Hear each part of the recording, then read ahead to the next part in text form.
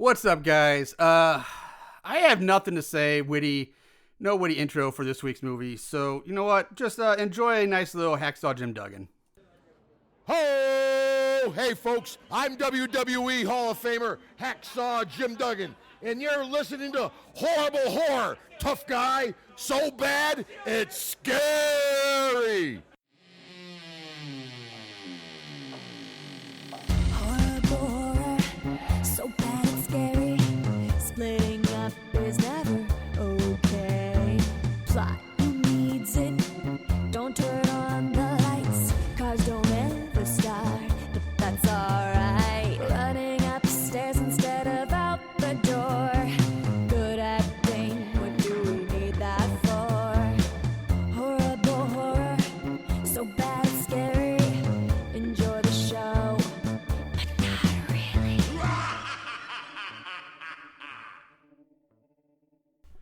What's up, moon? I can't stop saying moon, but Moongoons. That was weird. I don't know why I couldn't stop doing that. But anyway, welcome to Horrible Horror, the podcast where we watch the worst of the worst in horror movies. Movies so bad they're scary. I'm your host, Marshall Hampton. With me, as always, is my co-host, Mr. Aaron Southworth. Aaron, say whatever the hell you want to say. I'm going to say you lately have been messing up or goofing on the intro so much. I can't remember the last time you've actually just gone, "What's up, Moongoons? This is Marshall from Horrible Horror." It's always like, rewind, bring it back, remake. It's like the last 10 episodes it's been like that. Remix, not remake. I got movies on mind. You even messed that up. Yeah, there's something seriously going on with me. Anyway, yeah. So We're Horrible Horror. Yep, that's us. Hopefully this isn't the first episode, because goddamn, you probably shut us off already if this is what you're thinking you're expecting. Yeah, well, actually, garbage. it may be some people's first time It listening might to be. us because we just finished an interview with Eek Channel Podcast. Yes, just before we recorded this, we just finished an interview with them. Yeah, so we just finished an interview with Eek Channel Podcast. Some guys out of Fort Wayne, Indiana. They have a horror podcast. They also do a streaming on Twitch, and they have a YouTube channel. Good guys, cool guys. They do horror movies, good and bad. They kind of do a format not totally unlike ours, but a little different. They're definitely worth checking out, so give them a listen. Yeah, the interview was fun. It was fun. I was hoping we would get a little more time. I will say that. I'll be honest. I won't pull my punches. I was hoping we'd get a little bit more time, but it was still fun. Yeah, it was still fun. Yeah, it seemed like they had like a pretty tight schedule. Or Yeah, like I felt a little rushed at the end, Yeah. but like whatever. Come on, All right. free flow a little bit, baby. Yeah, come on, shake it off. But anyway, it was still fun, and it was nice for them to at least ask us to be on it and to interview us and talk to them. So that was cool. Moving on to our own stuff. Like I said, we're gonna plug our Patreon page like we always do. If you like the show and want to support us, check out our Patreon page. Drop $1, $5, whatever you want, or more. Everything little helps. We appreciate everybody that does. Yeah, we're doing a Back from the Dead retrospective on all of our episodes, and actually, you can listen to the very first one of those for free on Patreon, which is kind of cool. I believe you can. Yeah, you can. And Yeah, you got you more. can. There'll be more stuff coming out. But for the rest of them, you gotta be a member, baby. Yeah, We'll wet your whistle. The first taste is free. Yeah, we're like your street drug dealer. Yeah, we'll first give you a taste little is free. taste. Little taste. We know you're gonna come back like a blood freak. Jesus Christ, baby's Bob Long. If you don't know what that means, go listen to the episode and find out. So anyway, on to this week's episode. God damn, what are we gonna? I don't even know what to say about this. All right, but I guess like Hacksaw said, No Mercy is what we watched this week. Gnomercy. Yes, you may have heard him the second time a little better. Gnome, Gnomercy. Gnomercy. That is correct. Like garden gnome. This movie was released on September 1st of 2019, so it's a wee little fishy. It is fresh. It's a tadpole in the world of horror movies. Fresh out of the garden. Yes, it is. Written by Mark White, directed by Colin Jeffrey and Mark White, who pretty much did everything else on this movie. If you actually watch it in credit, it's basically Mark White and Colin Jeffrey doing every fucking thing. And it shows. It shows 1,000%. I will say bless them for passion project work, doing the work. They made it happen, and I'll give them credit for that. Putting in the time. They put in the time, but oh Lord. You can find this on Amazon Prime for free right now if you really want to. I'm sorry, you may have already said who wrote this? Mark White as well. So he was the writer as well. Okay. Writer, director, producer, yeah, everything. Amazon Prime for free. Normally at this point, I'd go through the cast, talk about a few people in the cast, or we're talking about, or maybe some other things they've done, or it might recognize from. But fuck it, there ain't any we're talking about in this thing, so we're gonna screw them all. I'm guessing all these are pretty much first endeavor. No, they're not. I did look them up, but some actually had like 5 to 11, 17 credits, but it's all shit. Super indie stuff, super indie shit, or like shorts and just like little things that no one's ever heard of. So this could be their I biggest. think one of the guys, the bald dude in the white shirt, we'll get to. He's done a few. He's been in like some. He has a picture on IMDb. Yeah, he's the one guy that cast with a picture, and he did something like some big name movies, but he was like, he was like basically a glorified extra or something like that. Or just like his characters weren't a name; they were like Man on Street, bartender guy, or Man on Street 2, or gym teacher 1, or something like that. Yeah. Guy who got hit in face with dodgeball. Yeah. So it doesn't matter. So we're just gonna go straight to the movie, and we'll. Jesus Christ. Okay. This is gonna be a tough one. It is, guys. It's gonna be a bumpy ride. So if you haven't already popped open your beers. Since we were already drinking. Yeah, mine's already open because I've already started. So I'll give Steele the inaugural. Thank you. All right. Now it feels right. I didn't feel right without that. Yeah. But sit in, strap in. It's gonna be bumpy. But here we go. So the movie opens like a fucking Clerks or something, because it opens in black and white, which I thought like was weird.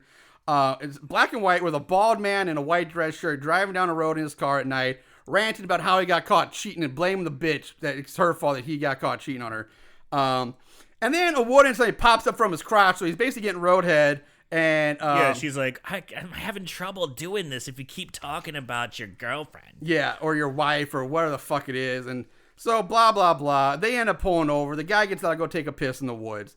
Yeah, which I thought was kind of funny, because as he's peeing, he's like, "Oh, bitch gave me clap." Yeah, yeah. So he's pissing infected urine. Yes. And we see him pissing on like a stone garden gnome that's been like tossed up against a tree, because. Of course, there'd be a garden out in the middle of the fucking woods. Why not? In the middle of the rural Bumfuck, nowhere who knows Canada, where? Yeah. That there's going to be a garden gnome. And I guess if you don't know what a gnome is, shame on you. A gnome is like a little dwarf thing people put in their gardens, and they're just pointy hats. yeah. And he's pissing all over. This just happens to be there. Yeah. Yeah. This is Canadian. It's a Canadian movie. It's filmed in like Ottawa. So yeah, there's that. But there's that. So the girl sneaks up. I'm scared. And she's like, ah! And then she reaches into his pocket for a bag of cocaine. She wants a bump. She does want the bump, but she knocks the bag out, which falls on the statue, getting cocaine all over. So now the gnome statue is covered in piss and cocaine. Clap-infested piss and about, probably about $600 worth of cocaine. Minimum, at least. It's basically like a Ziploc baggie full of Coke, or like a gallon. Like, it's a big baggie of Coke. This is so much Coke. I'm just Coke. like, holy shit. And just like, he's like, you made me drop it. Like, this is like Scarface level I'm Coke. like, bitch. What did you do? And he's like, hey, you knocked over. She's like, don't worry, you got 2 more bags. I'm like, what does this guy do? Yeah. So anyway, the dude picks up what's left of his baggie in the piss pool, wipes the bag on the girl's shirt, which I thought was funny, and then they leave. Classy. Then mist appears and swirls around the statue.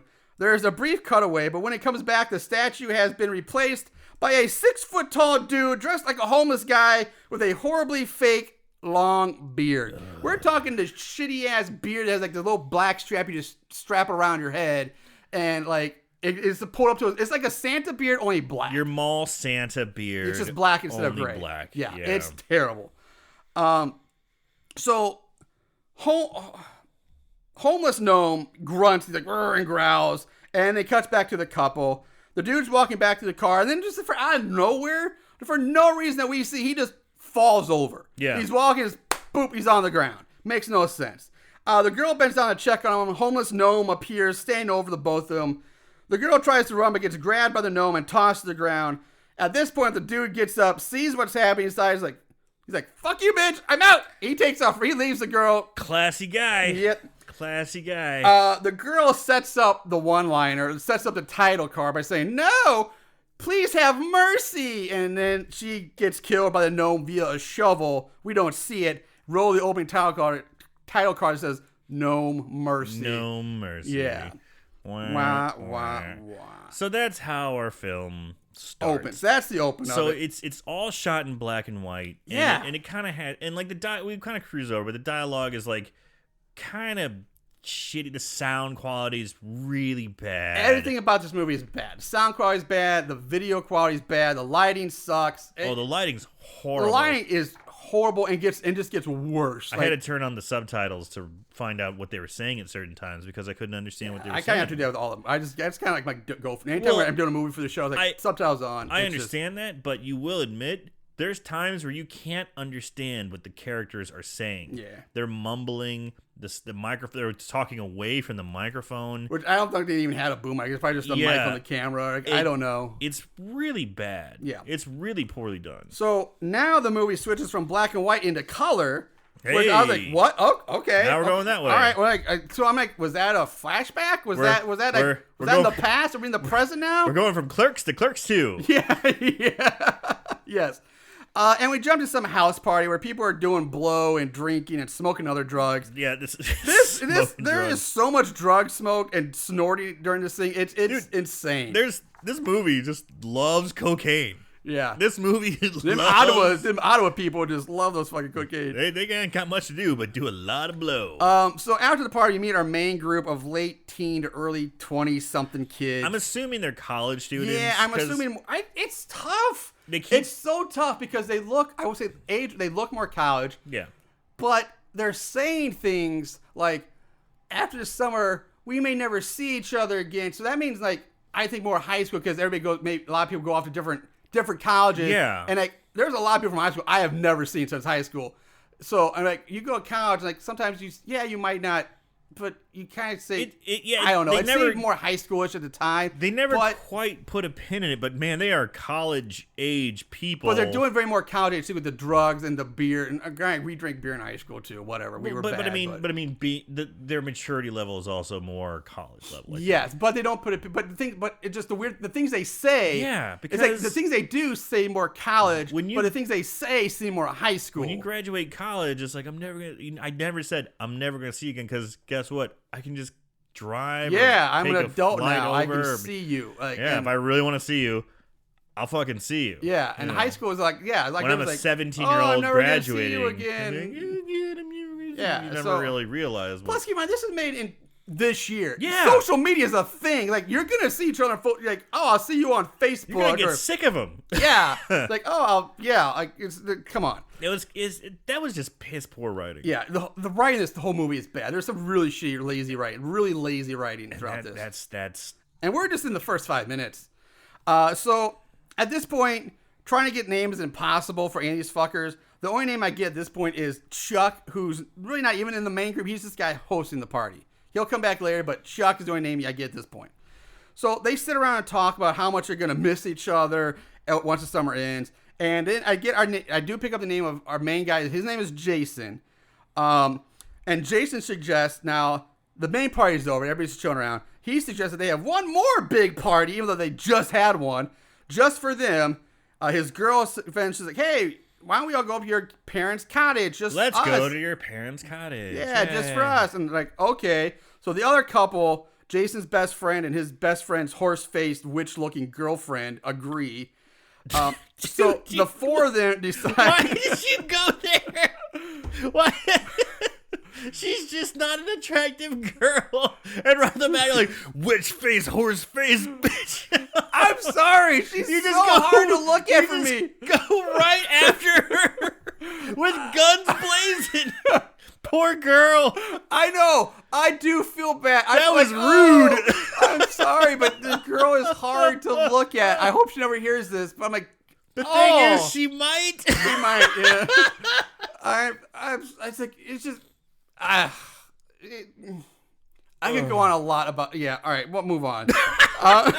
So the four of them decide to leave at 7 a.m. tomorrow morning. And Jason tells Chuck, hey, why don't you come on too and invite some of your friends? So the point was just for them, just for the four of them. Now it's become, hey, invite everybody. And it's going to be a bash. We're going to redo the night we just had. Like, it's the same thing. We cut back to the bald dude who's back in his car driving down the road. And for some reason, again, we've gone back to black and white now. So I'm like, what the fuck is going on?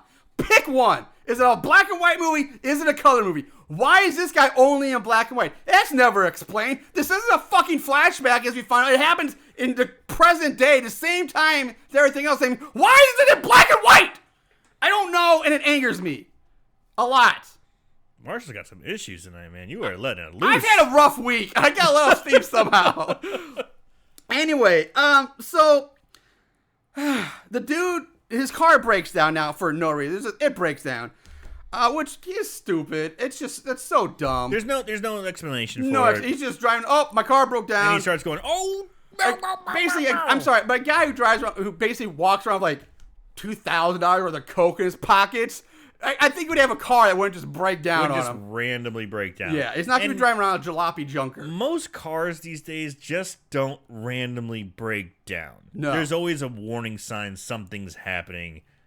Cars just don't, very rarely do they just break down. Unless you're ignoring something or trying to put something off until you got money. Now, it would make more sense if he got a flat tire. Yes. Like, hey, I got a flat tire. Shit. No, he's like under the hood like, oh, my engine. And they show it smoking and stuff, and it's like... Yeah. Yeah.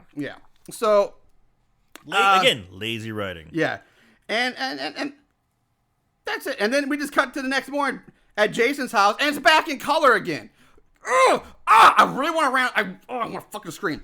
So anyway, our main group loads up their bags. Jesus Christ! I'm sorry. Did you use a bunch of coke before you did this? Because you're in rare form right now. The main group loads up their bags for their trip. And we learned that horse-faced girl is named Mallory. Ugh.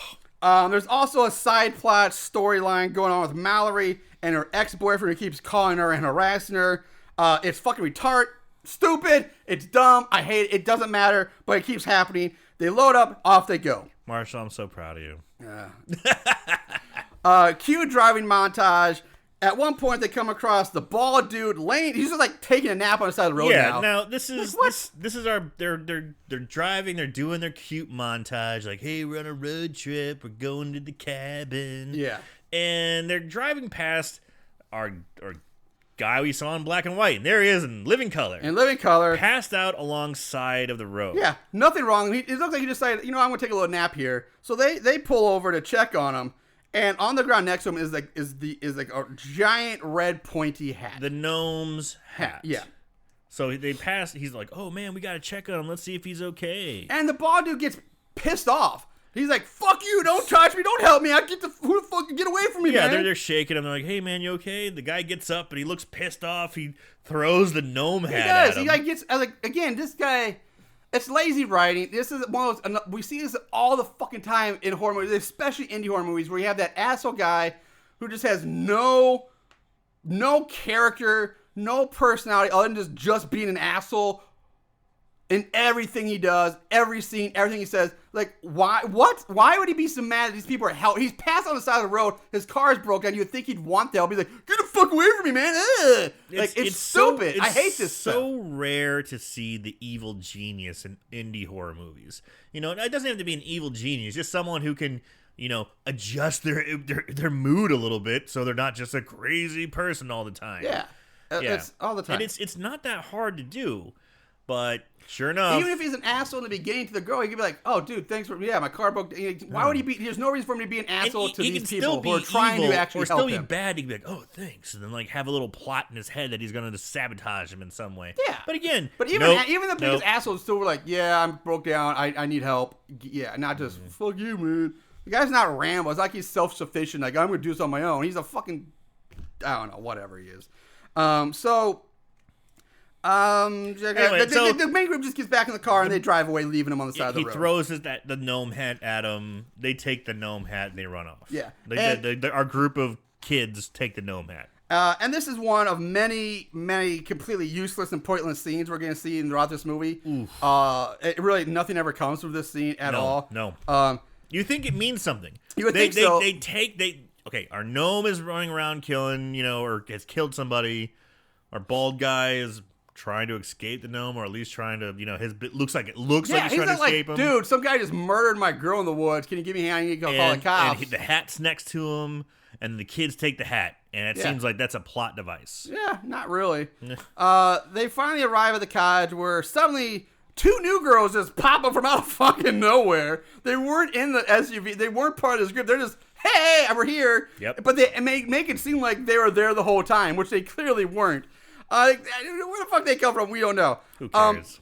So they're unloading bags. Like I said, they were in the SUV with everybody else, part of this whole trip. Not the case. Jason's best friend, name still unknown at this point, enters with the large gnome hat and the body throw. He carries that in. Jason tells his posse that in order to get permission to use the cottage, he had to promise his parents that they were to clean up and shut the cottage down for a summer and do a bunch of yard work. That seems like some shit you would pull. Like, hey, man, we're going to have this bash. We're going to do those things. It's going to be awesome. Okay, cool. We got to do this first. Yeah, that seems like a Marshall move right there. Fuck you, man. You know it's true. Yeah, I plead the fifth. Plead the fifth on that one. So now starts what seems like a 20-minute montage of yard work. Dude, they go on. It's not. I'm exaggerating. It's not quite 20 minutes, but it's yard. We're watching a montage of yard work forever. We're watching people do yard work. Clipping leaves and raking leaves and clipping bushes and there's doing there's an amazing adventure where a couple goes to get beer and then they come back, and that is that's the big breakup. So during this, the best friend and Mallory end up driving up to get gas for the weed whacker. Yeah, they need gas for the weed whacker and extra beer. Then more yard work.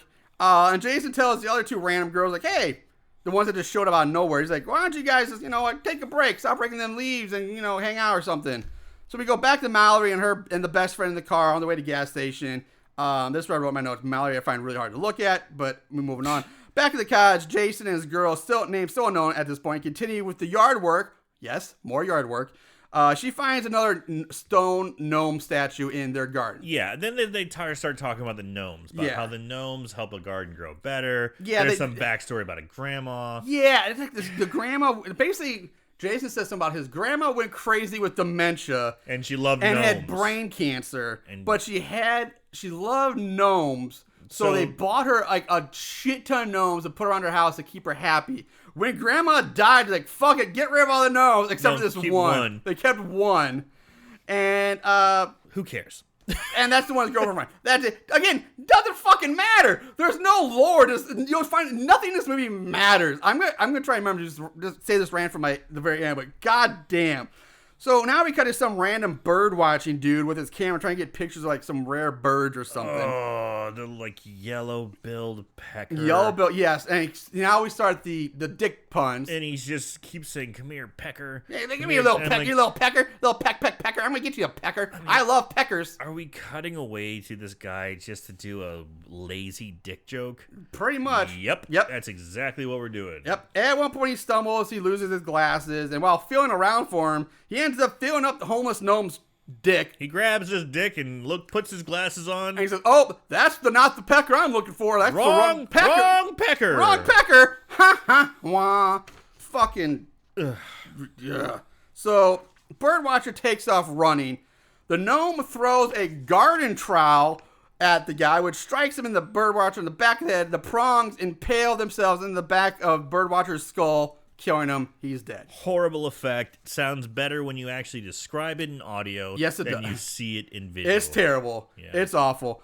Jump back to Mallory and Bester at the gas station. Nothing happens except Mallory trying to seduce her man by sexually pumping gas or something. It's awkward. It's dumb. It's dumb. Yeah. God damn it. Why do we do this movie? Because this is what we do. This is what we do. This one, do we have to do this one? You actually watched this and said, nope, we're doing this one. Because it's so bad. It's what we do. Jesus. It is what we owe the people. What am I doing in my life? I'm doing a father. We're doing a public service to help. You're a father. Yes. What are we doing? We're trying to protect those kids from watching garbage like this. Good God. So we cut to these 2 new chicks that we still don't know who the fuck they are, wander around the woods for like, I don't know, like many things in this movie for no reason whatsoever. They're just out in the woods doing nothing. I guess for some unexpected reason, they decided to camp out in the woods now, which doesn't make any sense they're supposed to be staying at the cottage where it's nice and warm. They even had a scene where they're like, this is our bedroom. Yeah, they're like clear saying like, oh, this is the room we're going to be in. Oh, only one bed? Okay, well, that's fine. It's nice. At least it's comfortable, and they lay down on like, okay. And now all of a sudden, oh, we're out in the woods. Let's camp out. Now they're like, what? but like, with no tent set up and like a sleeping bag. Like shitty... At one point they say, oh, you're going to pitch a tent. There is no tent. They didn't carry a tent out with them. They didn't carry anything. They're just in the woods. So again, they sit down and have another fucking, for like the 4th time in this movie, another, I'm going to miss you so much next year conversation. How many times are we going to have to listen to this garbage in this movie? It's the 4th time, and we're only in like the 20 minutes in. Or, I don't know, maybe half hour in at this point. I don't know. So, it turns out, the writing and acting in this scene is atrocious, by the way. It's fucking garbage. It's awful. It may be some of the worst. Nah, I'm not going to say it's the worst movie, but it's bad. It turns out they're both closeted lesbians, I guess. Sure. Because now they start making out and kissing. It's not like one's like, well, I'm gay. The other one's like, well, I'm gay too. It's like, no, they're both just kind of like, are you gay? Well, she's like, you're my best friend. We've been best friends forever. And then the one with the fake red hair just like leans in and kisses her. And she's like, oh, I'm sorry. And the girl just gets like, oh, no, shut up and come here. And blah, blah, blah, blah, blah, blah, and they start making out. And dude, do you want another rail of coke? God damn. Because you were going off the rails. I kind of love it. So they start going at it, and we see chubby lesbian Canadian love. But it makes it's like but a it's nothing sex scene. But at least a boring, bad sex scene where nothing is seen. All it is more of a big fuck you tease. Because there's no tits in this movie whatsoever. And nothing is, no ass, no tits, nothing. It's just a big tease. You see some chubbing. You see some love handles. Yeah. You see that. You see the cushion for the pushing, but that's about it. We see a girl's sweet back piece. You see some tattoos. Yeah. You see a lot of tattoos. Anyway, like I said, both of them have giant tits, though. But again, you don't get to see them. But they're thick, chubby tits. You don't get to see them, though. Yeah, exactly, because you don't see them. So who cares? In the middle of this makeout scene, sex scene, it cuts back to the bald dude. And guess what? It's black and white again! Again! Why? I don't know. But he's running through the woods, being stalked by the homeless gnome. Now armed with a pitchfork, because, of course, why not? And bald guy gets grabbed by a 6-foot-tall gnome. He gets lifted off the ground, gets impaled by the pitchfork, and like stuck into a tree. He's left there to die. And again, we see virtually nothing on this kill at all. Nothing. So do we get a pun?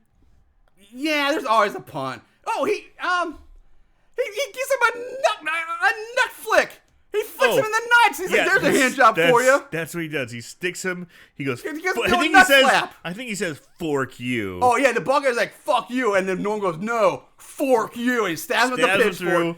And then flicks him on the crotch. And goes, "Here's a hand job." Yeah, he just gives him the old nut flick. You know, flick, like flap. What? Fuck! I can't talk anymore. So weird. What? Yeah. What? Like I've never seen that in a movie. I get the puns, but it's like he's already dead. Leave the pun. Just leave the pun. Why are you slapping his nuts? But then here's a hand job. And it's not like he was killed like immediately beginning when he was with the girl getting a blowjob. Yeah. And she was getting a blowjob, not a hand job, which would make more sense. But this has been like hours later or the next day even. Yeah, that's again. Like, why is this guy still wandering around the woods? Yeah. Plus he was just on the side of the road. Yes. Follow the road, but no, he goes back into the woods. Nothing. Oh, I hate this movie. So anyway, back to lesbians and back to color again. The fake redheaded girl with the giant tits, who's the chubbier of the two, goes off to collect firewood, while the other girl pitches a tent that doesn't exist. She's like, I'll pitch a tent. There's no fucking tent. We do learn that the girl pitching the tent, her name is Carrie, and the fake redhead is Michelle. It doesn't fucking matter. It doesn't matter what your name is. So, yeah, it doesn't fucking matter. It doesn't matter. Because, yeah, they're about to get got. So, Michelle immediately gets ambushed and bashed over the head by what? I don't know. She just gets hit over the head with something.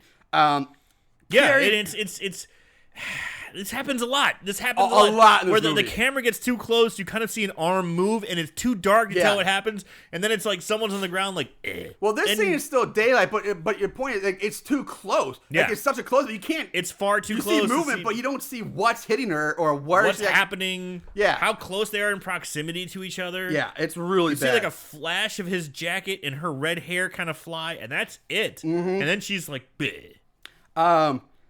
So Carrie calls out for Michelle, then says, "I'm going back to Kent." So apparently Carrie isn't gave funny. up the cat.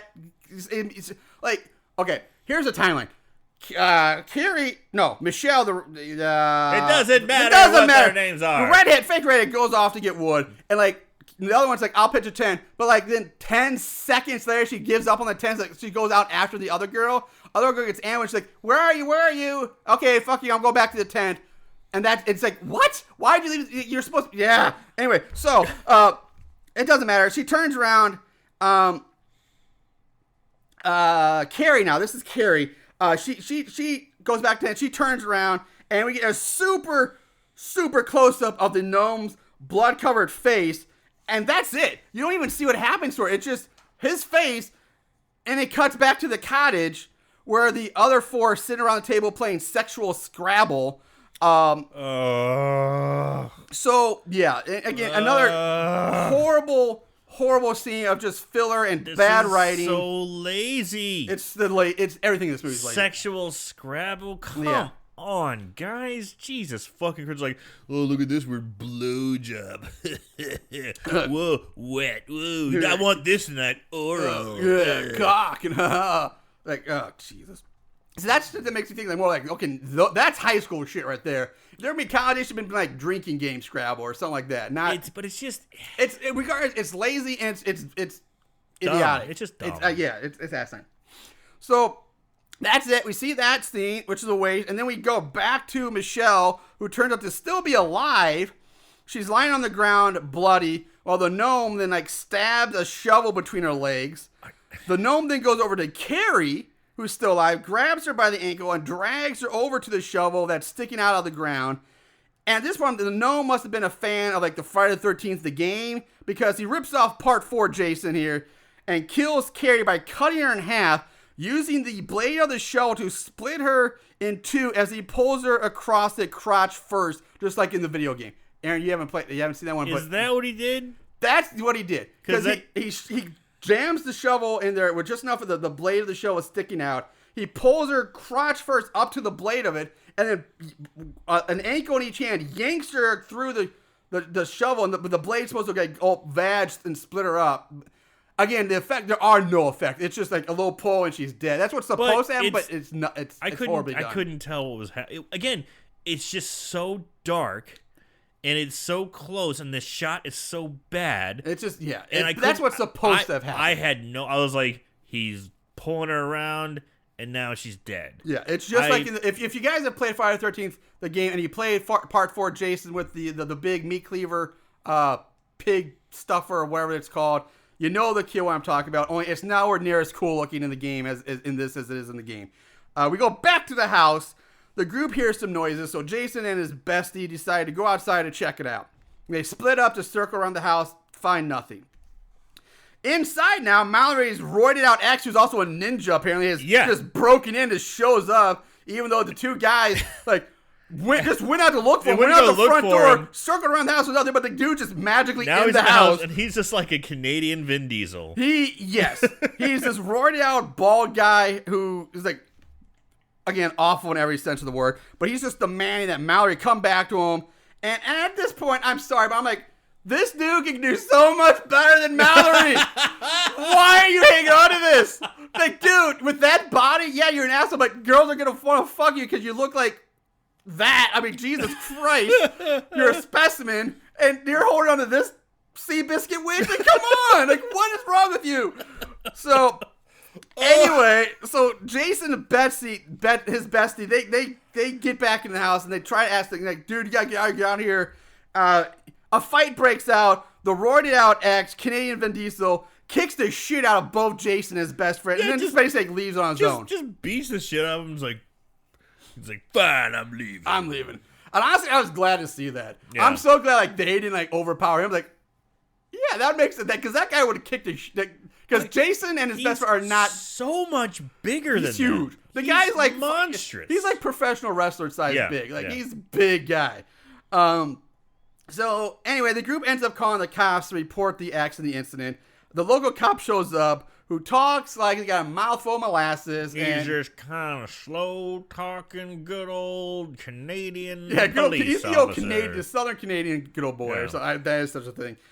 He takes their statement and then he gives like a description of the accident. And he leaves.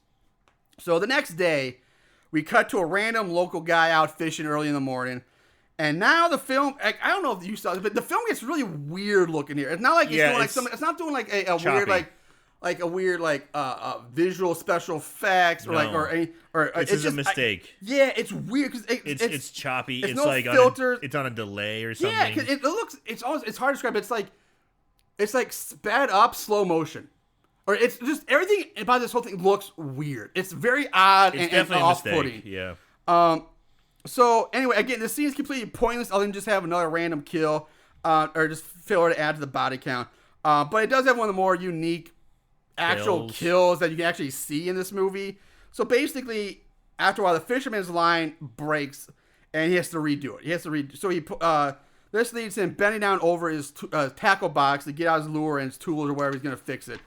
The gnome walks up behind the guy who's bent over, grabs the fishing pole, and jams it up the guy's ass with the tip of the fishing pole coming out of the man's mouth, leaving him shish kebabbed on his fishing pole and the line dangling out of his mouth, and his bloody slab of meat that I'm not sure what organ or what it's supposed to be is just like dangling on the end of the lure. I don't know. I don't know if it's his stomach, his kidney, a lung, or who fucking knows, but it's just a big bloody slab. Yeah, it's just a big hunk of meat. Or a cow tongue, for all I know. I don't know what this thing is. Again, it's such a cheap effect. We just see the side view of a guy's butt as he's bending over. Yeah. And then it's like almost like putting the sword through the armpit. It's exactly trick. what it is. And it's just it's just pushing it in past his butt. Yep. It's really bad. Yeah, but at the same time, it's the best kill we've seen so far. And that's saying a lot about the quality of this movie. That's true. This is the best thing we've gotten so far. This would be stuff you and I, when we were in this is back here in high school. When we were in high school, yes. we wouldn't even do this stuff. Yeah. We'd say this is beneath us. So back to the college. Jason's making breakfast, drinking some more beer. Time passes. The group's sitting out by the lake, drinking, hanging out. Cue montage now of them chilling, hanging out, just enjoying themselves, just having a good old time with the paddle boats and whatnot. I hate paddle boats. I don't know. I've never been on one, so I can't say if I hate them or not. Paddle boats are dumb. Now up comes 4 new guys wanting to play football with our main group. Hey guys, want to play some football? Who the fuck are these idiots? Who knows? But this 4 random dudes just show, hey guys, let's play some football. So now we get a football montage. Yep, cue football montage, because here we go. Hut, hut, hike. And Canadian football is the worst. It's awful. And again, just like yard work, holy shit, does this go on for too long? It is completely pointless and useless. It has no purpose in the movie, and it's just padding the runtime. That's all it's doing. Every single person gets to do their football dance. Yes. And so, whew. All right. So then it cuts to another group. We go from football to another group of 4 people walking through the woods.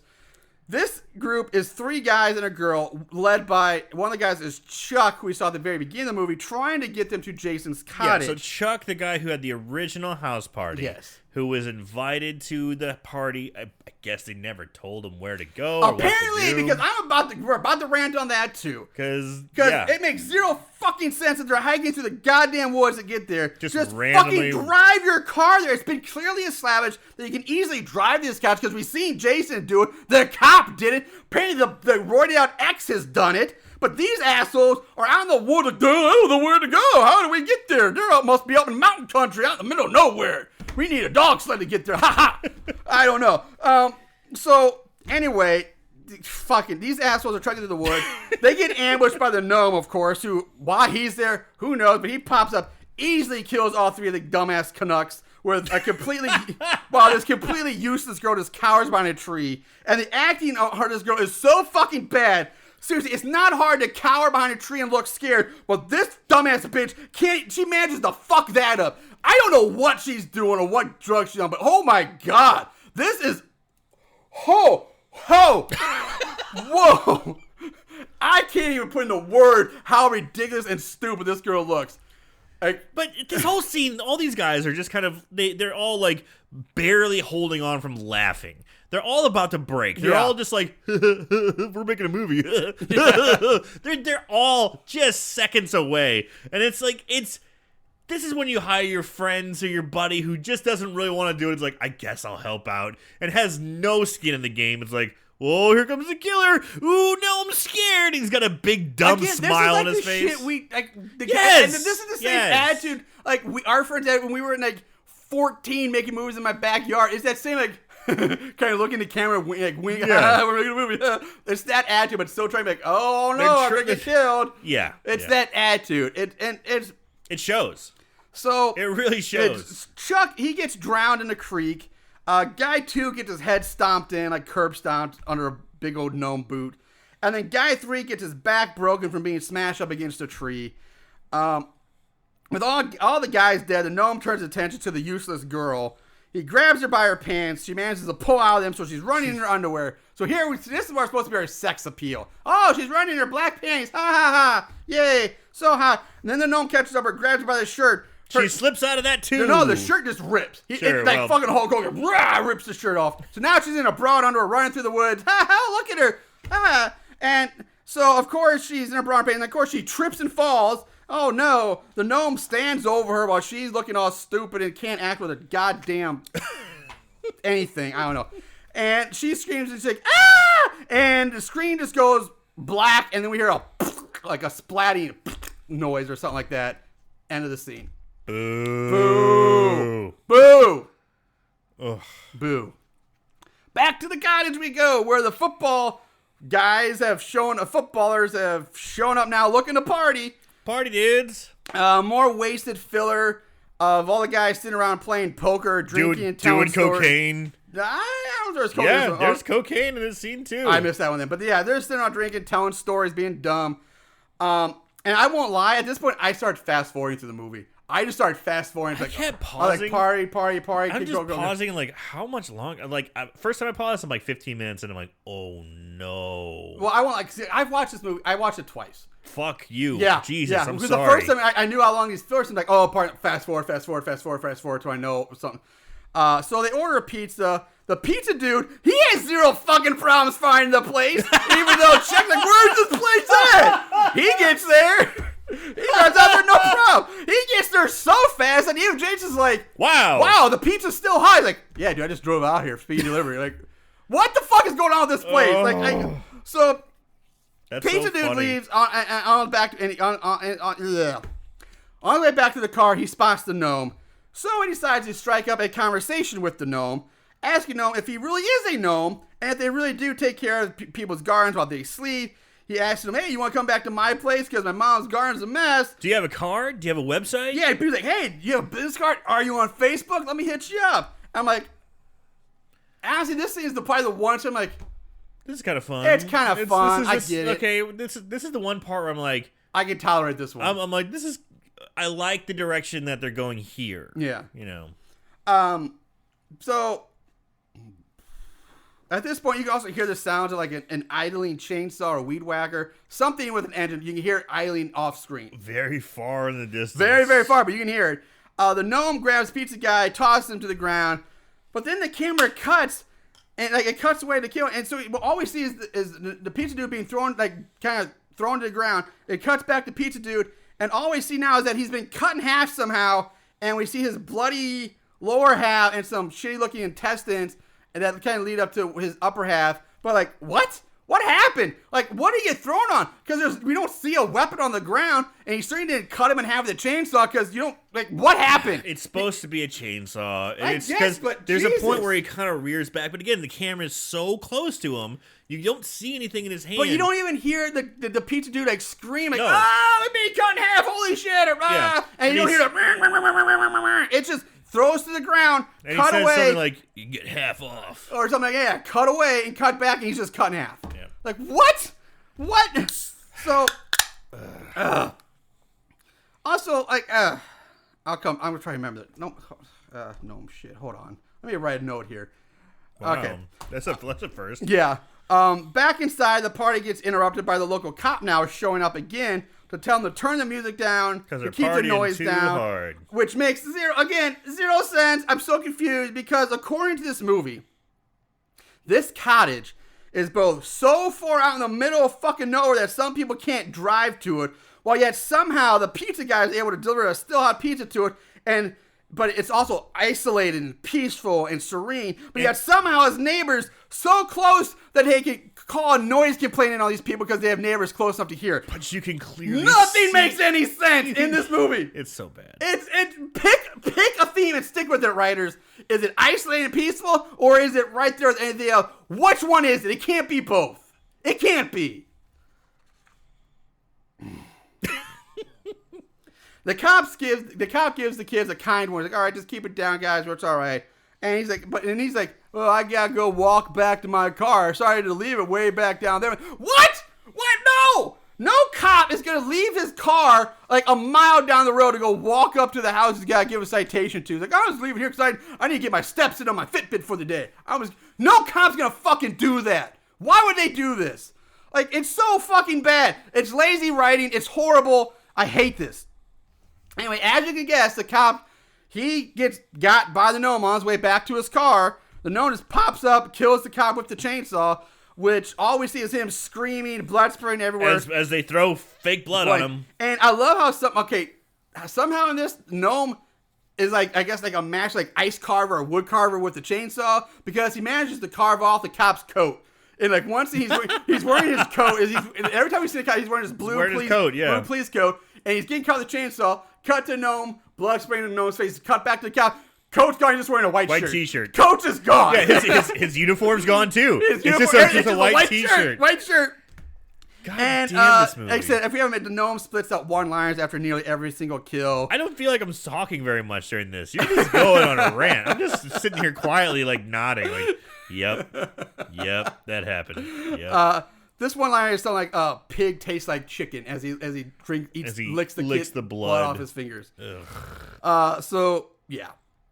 Next, we see the gnome in a shed or something, going through various gardening tools that he can use as murder weapons and sharpening various instruments or trowels and shit. Boo.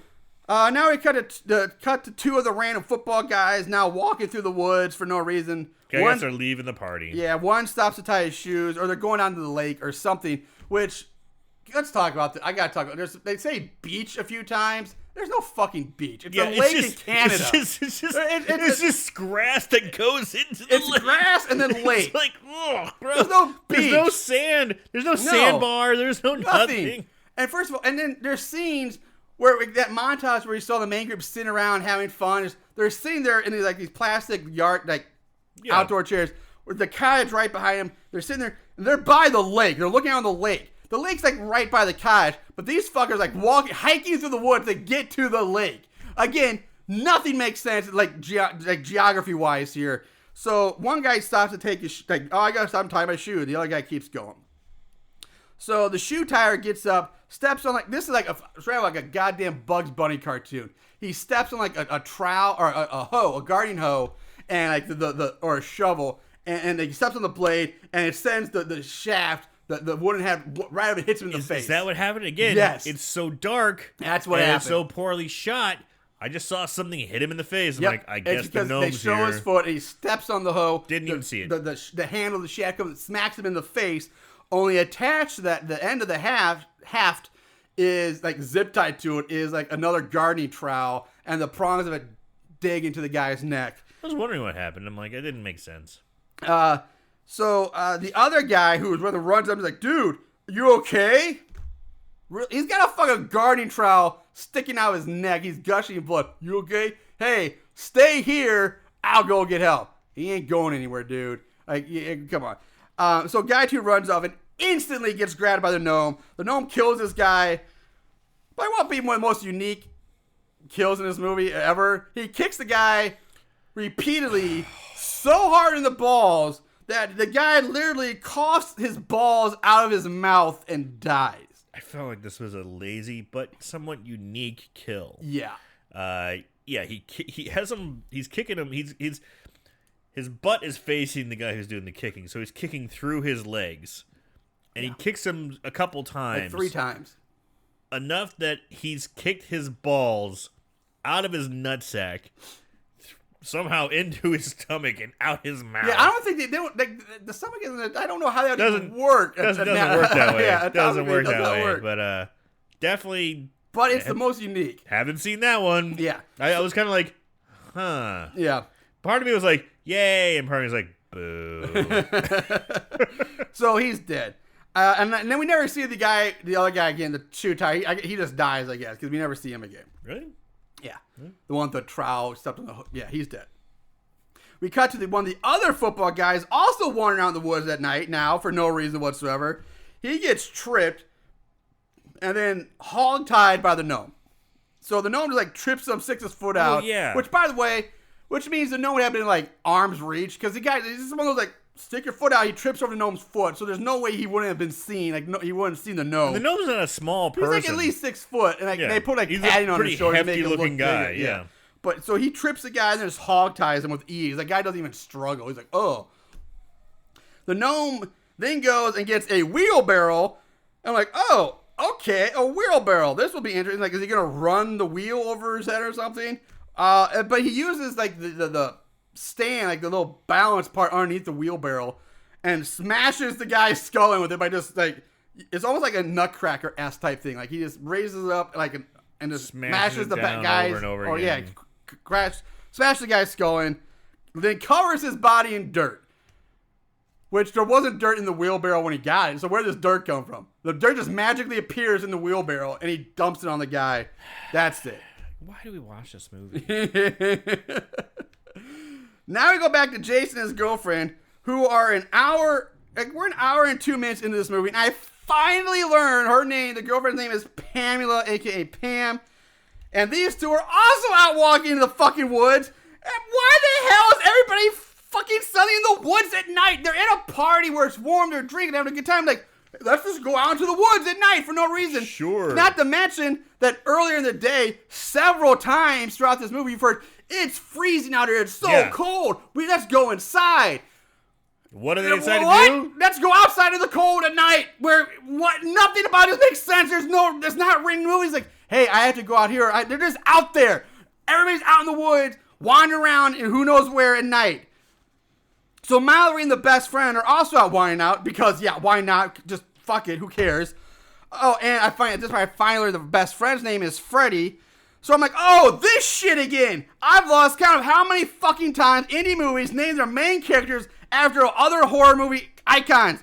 How many times have we seen best friends Freddy and Jason in these indie horror movies? Oh, there's a Carrie, too, isn't there? Not only is there Jason's dating Pamela Voorhees. And there's a Carrie and a Chuck, short for Chucky. Like, god damn it, this is like the third or fourth time on this podcast alone we have seen this. Indie writers, get your shit together. It's not hard to come up with some fucking names. Stop doing this. Ah, damn. Anyway, the two couples meet up in the woods. The girls decide to go for a dip in the lake, even though we just talked about how cold it is. It's so cold. You can see people's breaths in the air. Everybody's talking about it's freezing cold, but hey, let's go for a dip in the middle of the night. Let's go polar bear. Yeah, fucking Canucks, I guess. Who cares? So the girls go off, leaving Jason and Freddy to go their own way. They quickly stumble upon one of the many dead bodies. Now Mallory and Pam show up, which makes zero sense because they just went off in the other direction to go take a dip in the lake. But now they're back saying, oh my god, there's a body. But bam, here we are. Freddy comes up with a plan that he and Mallory will go back to the house to call the cops while Jason and Pam stay with the body. That's genius. Why don't you all go back to the fucking house? Because the body ain't going anywhere. It's dead. It ain't leaving. Just, Jesus Christ. And the acting is so horrible. It's so wooden and devoid of any tension and urgency. Like, these people just found a dead body, murdered dead body at that. And they're like, oh no, we better call the cops. Oh my God, what's gonna, it's pretty bad. So bad. And if we haven't talked about it here, I'm gonna mention here, from here on out, it's been nighttime for, but here on out, the rest of the movie is all night. It's all outdoor night scenes. And we mentioned like how poorly how dark it is, but the lighting is so bad. Like, these people have no clue as how to film night scenes. Like, all they did was basically use, like, a large flashlight. Or maybe a floodlight on an extension cord, which makes it look even more amateurish and terrible because there's shadows everywhere that shouldn't be there. And there's, like, bright light in one spot and everything else is dark around it. And it's just... there's no natural moonlight. It's just like, here's a big ass spotlight on you, bam, in the middle of the night, in the middle of nowhere. It's terrible. It looks so bad. Freddy and Mallory are running through the woods. The gnome tosses a shovel or something out in their path. Mallory trips over it, which creates a bit of separation between Mallory and Freddy. The gnome's about to kill Mallory when Freddy charges in, tackles the homeless gnome to the ground. But in doing so, Freddy knocks his dumbass self out too, because he guess his head hits the ground. He knocks himself out, allowing the gnome to get up and impale Freddy through the chest with something that has like a long wooden handle, like a shovel or something. But we don't see what it is. But it goes through him, just like it looks. I don't know what this is because there's no entry wound. It looks like he's holding it. He's holding it on top of himself. He's just holding a stick on his chest. On top of That's his what chest. it is. Yeah. As he's going. Yeah. So and you see like a gardening spade, like zip tied or something to the other end, just like the old trip we saw earlier. So this guy's basically like making Dead Rising. These Dead Rising is murder weapons. The gnome turns attention to the fleeing Mallory, pulls out a small gardening hoe, throws it at her, hitting her in the back, sending her flying to the ground. He grabs her by her hair, drags her back to Freddy, who's still clinging to life. And the gnome grabs Mallory by the back of her head and forces her face down onto the sharp gardening spade, which stabs into her wide open horse mouth. The force of Mallory being pushed down onto the spade also pushes the shaft further into Freddy, who coughs up some red Kool-Aid looking blood and then dies. Their blood is so horrible. It's the most it's red Kool-Aid. It looks like pink lemonade. Yeah. It's pink. It's pink lemonade. Yeah, it's bad. So now we go back to Jason and Pam, and they've now come across Carrie and Michelle's dead bodies. They freak out. Again, the fact that everything is happening within like, I wouldn't want to say a quarter mile of this cottage, because even a quarter mile is pretty far. Generous, yeah. It's like everything's within like 200 feet of this cottage, but yet nobody ever heard anybody screaming. 50 yards. Nobody heard the chainsaw being grabbed. Nobody heard the pizza guy screaming a bloody death. Nobody hears any of these people getting murdered, but they're like basically right outside in their backyard when all these bodies are being found. So they freak out, run back to the house. On the way, they find Freddy and Mallory. Like, oh no, Freddy, They run to the gnome. The gnome and Jason get into a fight while Pam stands there being useless. The lighting in this is complete dog shit, which makes it so hard to see what the hell's going on. Jason tells Pam to leave, run away, so she does. She's like, I'm out, leaving Jason to fight the homeless gnome alone. Jason gets beaten down by the gnome. The gnome picks up his axe and chops repeatedly into Jason's chest, killing him. He's dead. Back to Pam, who keeps running for a bit, then stops. Runs for a few more feet, then stops. Runs for a few more feet, then stops.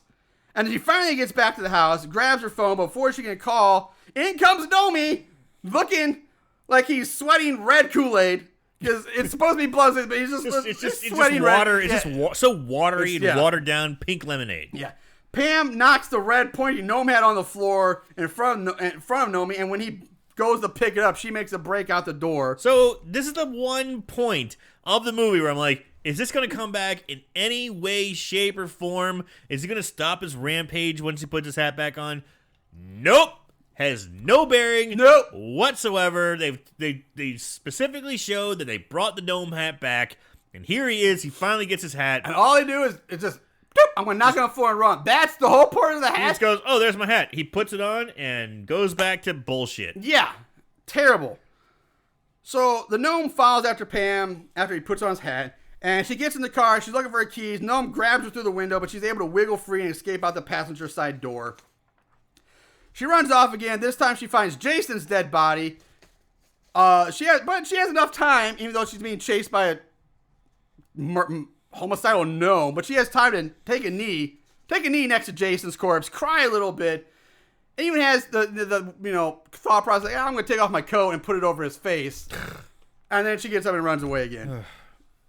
None of these fucktards, though, ever run down the road to get help. They all run blindly into the fucking woods where we've seen them repeatedly just running in circles.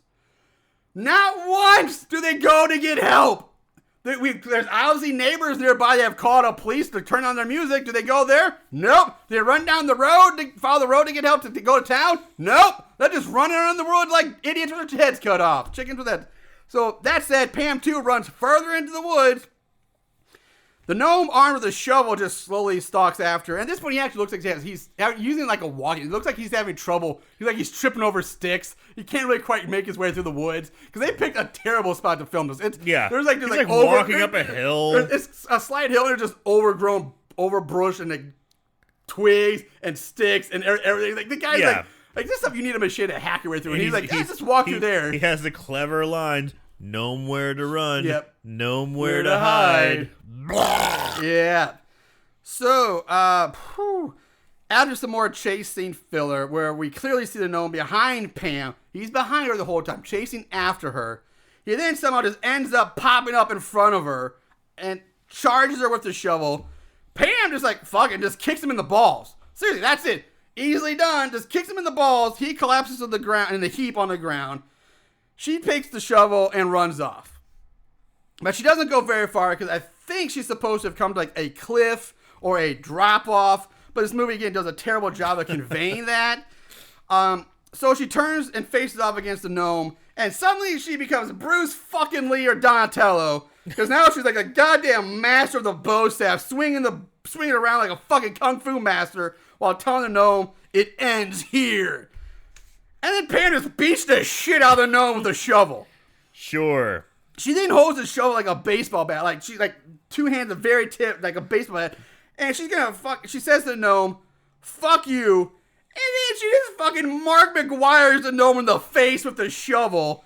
Sends the gnome flying off the cliff, quote unquote, side, falling to his death a whopping 20 feet below. Pam picks up the gnome hat, tosses it over the edge. It lands right next to the gnome.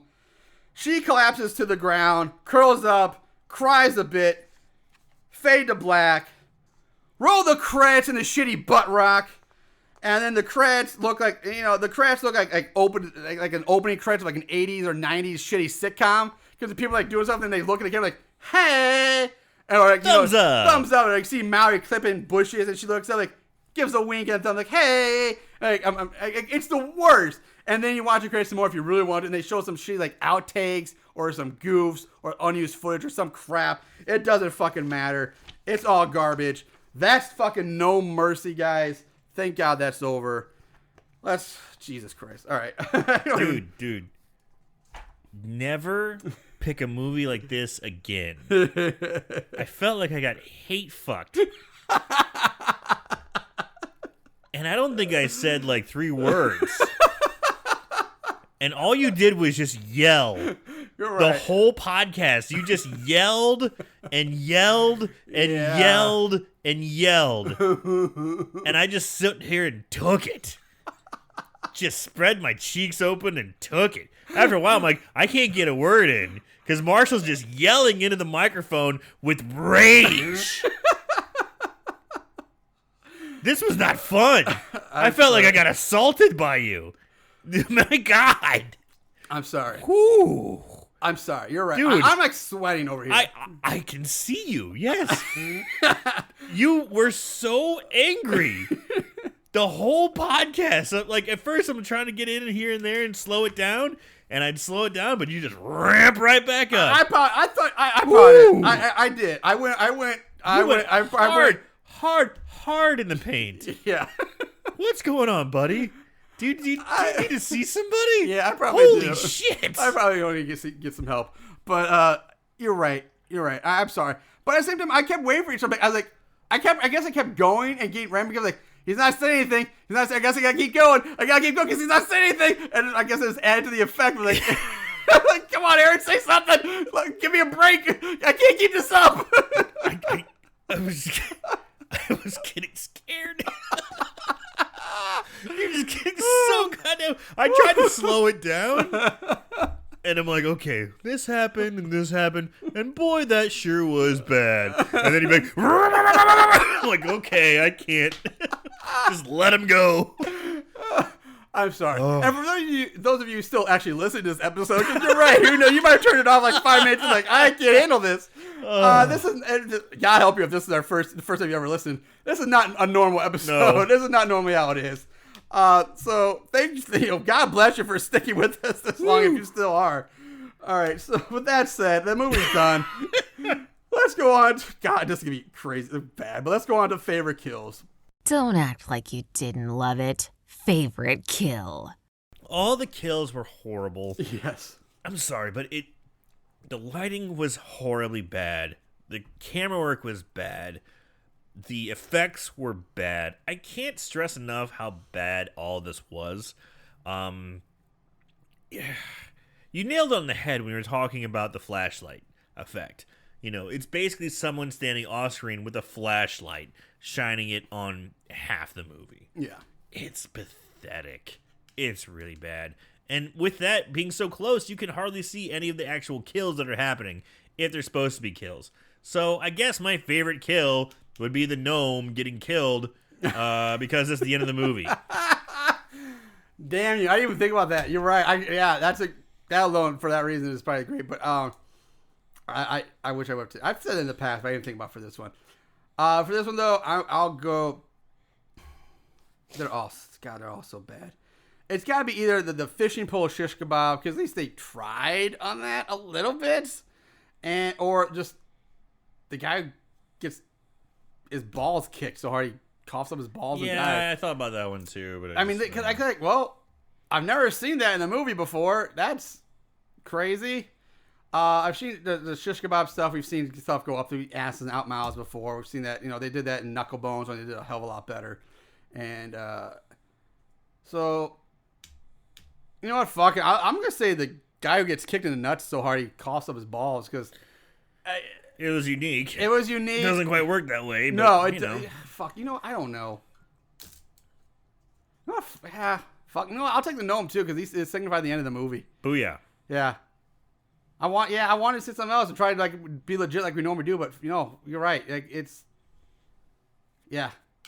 the movie would have been more tongue in cheek, kind of more like a Leprechaun movie where it's kind of haha, we know what we're doing, kind of fun. Then maybe the ball kick would make more sense. But everything was so serious in this movie that it doesn't play. No. So yeah, the gnome being killed at the end, even though all he does is get mollywopped.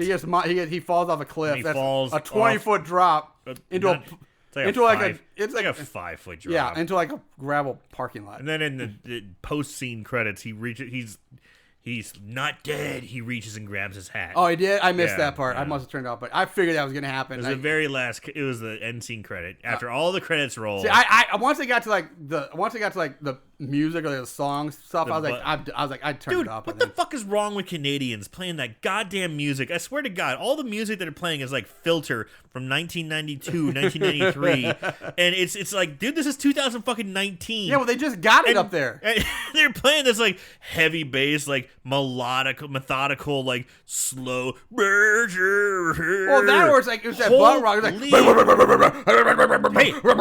Hey, I'm fine with butt rock, but this a lot of the stuff was just got feelings as I play heavy bass, butt rock, that kind of stuff, and that was early 90s. I'm feeling like Filter was kind of that kind of band. Yeah. Maybe even, it's fucking dated. It's 20 plus years old, and you assholes are doing this again. Fuck you. All right, so there's that. Let's move on to the odds and ends. Not only did they watch these films, they researched them too. Ugh, what is wrong with these guys? All right. Are there? No. It is going to be the fastest thing ever. Good. Ratings, IMDb. No rating on IMDb, which was surprising. Good. Because it's on there, but there's not even a rating on IMDb. I don't think I've ever seen that. I think that's the first if I've not had a movie. Yeah, that's a weird Rotten one. Tomatoes, not even on the site. That's not surprising. That's not a surprise. Yeah. IMDb doesn't have it's on the site, but no rating. That's weird. Yeah. But no rating. Amazon, 1.5 out of 5. That's grateful. That's really low. For Amazon, yeah, but that's really high for this movie. Super low for Amazon. Plot keywords, none. Trivia, none. Other than the fact it was filmed in Ottawa. That's all you need to know. Budget, couldn't find it. So there we go. That's odds and ends all wrapped up for you. Let's move on to 5-star reviews. These special movies have a place in these special people's hearts. 5-star reviews. All right, so 5-star reviews, none. There's only 2 total reviews on Amazon. 2 reviews to 1 is a 1-star and 1 is a 2-star. Well, that's all there is to work with this week. So you're getting them both. The 2-star review from FM writes, I'll give the movie some credit. I've never seen a guardian, quote-unquote, gnome supernaturally activated by pee and cocaine go on a murderous rampage. In the end, though, this film was pretty bad. The dialogue was terrible, except for the gnome's one-liners. The plot was muddled and slow. The actors seemed mostly to go through the motions. There were some cute ladies, but the sexy shenanigans were off-screen. Special effects were obviously budget-oriented. The ending was predictably uninspired. Watch it once just to see how bad a movie with a whisper of merit can be. In fairness, this could have been an art school submission, ? 2 stars. Last, and from a 1-star review from Baby Crab Cakes. A bunch of friends get together, drink beer, and decide to make a movie, and somehow it wound up on Amazon Prime. How does this happen? 1 star. Booyah. Yeah. So that's it. That's what we got this week. Aaron, let's close this shit out. I don't know if I really should go in deep with this movie because I don't know if it necessarily deserves it. I really do feel like everything about this was absolutely lazy and pathetic. We've talked about this before with indie films. What you have to bring when you do an indie film. Obviously, we know there's no budget. We know you have no money. Yeah. That's fine. But as long as you give us something kind of clever in the dialogue and the writing and something kind of maybe a little different or at least the attempt of something kind of fun, that's what makes a good indie, that's when you get like a good nod that you tried. Mm-hmm. They didn't try. They didn't try at all. Their writing was pathetic. The way they shot the movie was laughable. Even the one-liners were tired. Everything about this movie just sucked. And I'm really sad that we did this movie. Because I feel like we're almost giving him a platform. That we're actually giving him credence. Like, hey, we watched this movie. And now people might actually watch this movie because we did it on our show. Fuck this movie. And if anybody who actually made this movie or is in this movie is actually listening, especially the writer, it's the writing, man. You gotta write. You had these moments of dialogue that were purely like, well, just tell a story, do this, just talk a little bit, just mix it up. There's some scenes that just seem like it was just ad-lib. Like, Jason just seemed like he was just ad-libbing everything. So much of it it's obvious. So much of this is ad-libbed, and that hurts an indie movie so much. Every once in a while, it can work. Don't get me wrong. There's some actors and actresses who can fucking, just rattle off great one-liners and make it entertaining and do a good job. But those are few and far between, especially in an indie movie. Yeah. And if you, I also feel like they didn't take. It's like, I'm sorry to step on your toes, but it also feels like just that they didn't do multiple takes. It's like one and done. Like, got it. All right, let's got it. Move on. Like you try some other. Yeah. If they did do more, and this was the best that they had. Holy shit! A perfect example is that when Chuck and his friends showed up and they're walking through the woods trying to find the house, and you can see all the actors and actresses were just goofing. They were all just like, "This is gonna be the goof." They're all like goofing, like they're just so close to breaking. You can see the smiles on their faces, like, "Oh no, here comes the no!" Woo-hoo. You can see that on their faces, and it just takes you out. And I'm like, "What? Why am I even watching this?" Really, it's just really disappointing. And I think that's the one thing I'd say. So bad it's scary. So bad it's just disappointing. I'm not mad. I'm just disappointed. All right. Here we go. I'm going to try to keep this as clear and unconvoluted as I can. I think you've already let us know from your fucking rant of a podcast. I will say so bad it's scary. There's so much I want to yell and rant about this movie. One thing I didn't even talk about during the actual initial show, the breakdown, because that rant could have gone on for a long time, and I wanted to hold off to the end because maybe I can shorten it down. After I've cooled off a bit, kind of calmed down, took a few breaths. I've harmonized and aligned my chakras, if you will. And first of all, we have you didn't bring it up either, which I'm kind of stunned by, but the movie's called fucking Gnomercy. No, and it's about a giant killer garden gnome. But not once in this, except for the pizza guy, not once in this movie do they ever actually relate or mention anything about a gnome. There's no gnome mythology. There's no gnome storyline or mention of a killer gnome. Nobody knows he's a gnome except for the pizza guy, apparently. At least in the Leprechaun movies and other stuff, okay, he's a leprechaun. People know he's a leprechaun. And, he wants his gold back. And that's why he's out killing people, because he's got a mission. There's something that is driving the leprechaun. The gnome, I guess he's like the reviewer said, he's angry because he got peed on and dropped coke on. So fine. But other than that, why is he going on basically a murder hobo rampage? There's no... The pizza was like, dude, you're a garden gnome. And that was the part we liked. And yes. That was the one part we were like, this is okay. They kind of mentioned garden gnomes with that thing with Jason and his girlfriend talking about his grandma's garden. But nothing says, but if you do this and you anger gnome, they'll come on a village. There's nothing that explains why he's murdering everybody he sees. Like, if you were just pissed off for getting peed on to kill the bald guy and his girlfriend, fine. But he kills everybody he crosses his path for no reason whatsoever. And on top of that, he's supposed to be a gnome.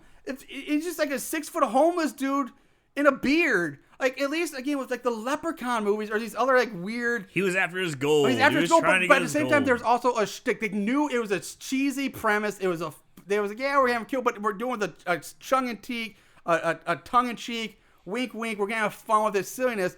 This movie took it way too seriously. Like, have a gnome spouting one-liners, fine, like Leprechaun, but... There was no light-hearted atmosphere to it. That's one of the biggest problems. Like, why? No, it's just murder hobo. Just call it murder hobo. Murder hobo. It's the same movie. Yeah. There's nothing about the gnome or the magic or the lore that brings him alive or how to stop the gnome. There's nothing they don't go into that at all, ever. And that's the whole premise of the movie. And all it is that she beats him up.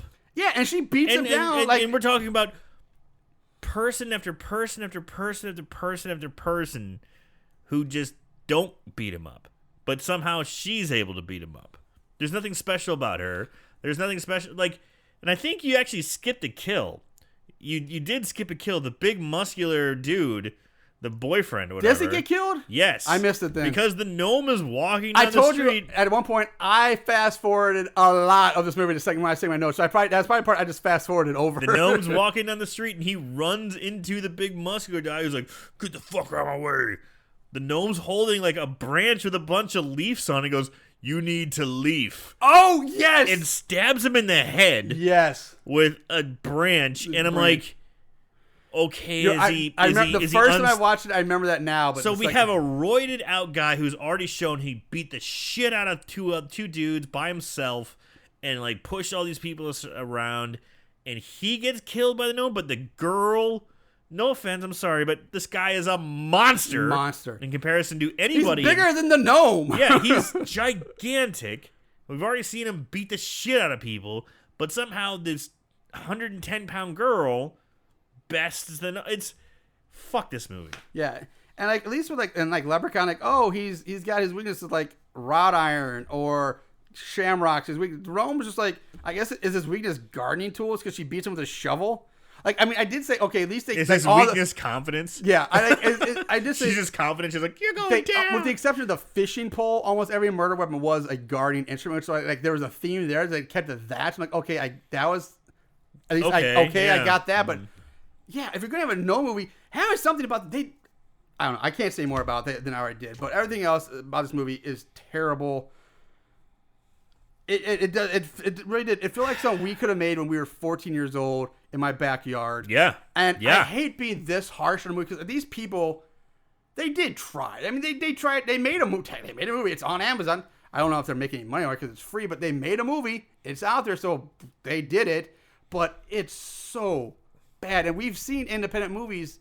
That's all we do. Most is indies. And dude, like, I know it's probably the movie I reference the most when it comes to my indie like limbo bar, like the measuring stick. But Pork Chop, man, Pork Chop was done like what? Pork Chop. $3,000, $4,000. Don't Fuck in the Woods. Yeah, well, even that Pool had higher Party budget. Massacre. Those had higher budget, but I'm just like budget wise, like the bare minimum budget, like $4,000 was Pork Chop, I think.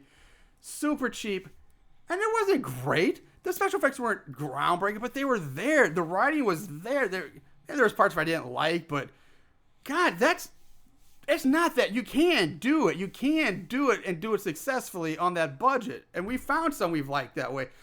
Terror at Bloodfart Lake, for God's sake. That movie is so ridiculous. And talk about weird-ass writing. And, like, the name alone screams, don't watch this. But they put all their effort into the writing. But they also, the writing, they knew what they were doing. They made it tongue-in-cheek. They made it fun and campy and over the top, which played into it because they knew their limitations, so they played up to them, and it worked.